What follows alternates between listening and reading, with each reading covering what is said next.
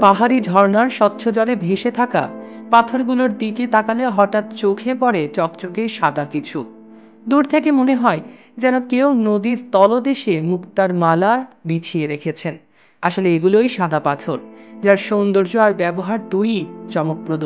প্রকৃতির অপার এই সম্ভার নিয়ে এখন আলোচনা হবে।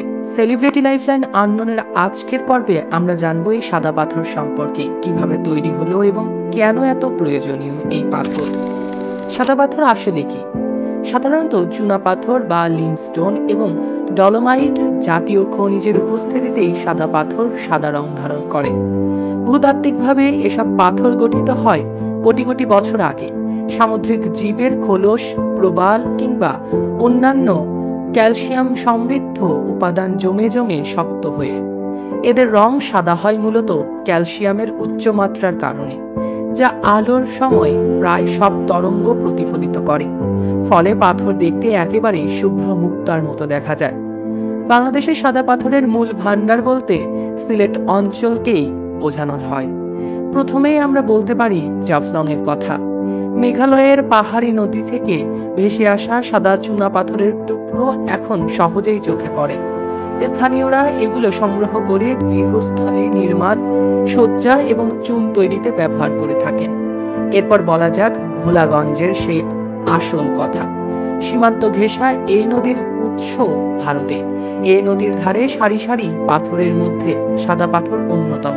এখানেই সবচেয়ে বেশি সাদা পাথর জন্মে, আর এই পাথরই এখন চুরি করে নিয়ে গিয়েছে অনেকে। তা নিয়ে হচ্ছে আলোচনা।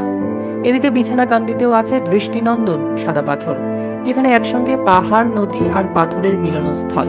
ভারতের পাহাড়ি ঢল বেয়ে নেমে আসে প্রচুর পরিমাণে সাদা পাথর। বলা যায় তামাবিল ডাউকি নদী পথের কথা।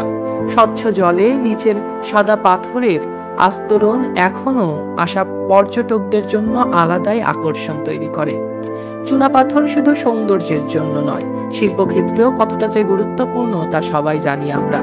সিমেন্ট তৈরির প্রধান উপকরণ হিসেবে চুনা পাথর অপরিহার্য।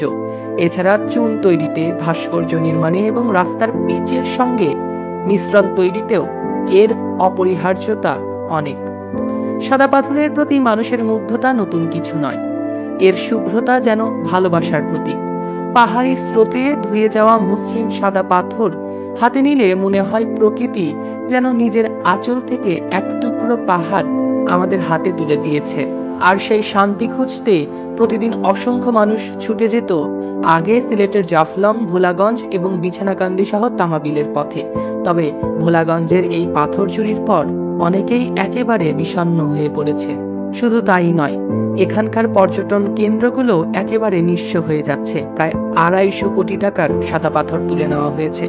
অল্প অল্প করে এই পাথর আবারও ফিরে আনা হলেও সেই আগের মতো সাদা পাথরের ক্রেজ থাকবে কিনা তা নিয়ে রয়েছে অনেক আলোচনা।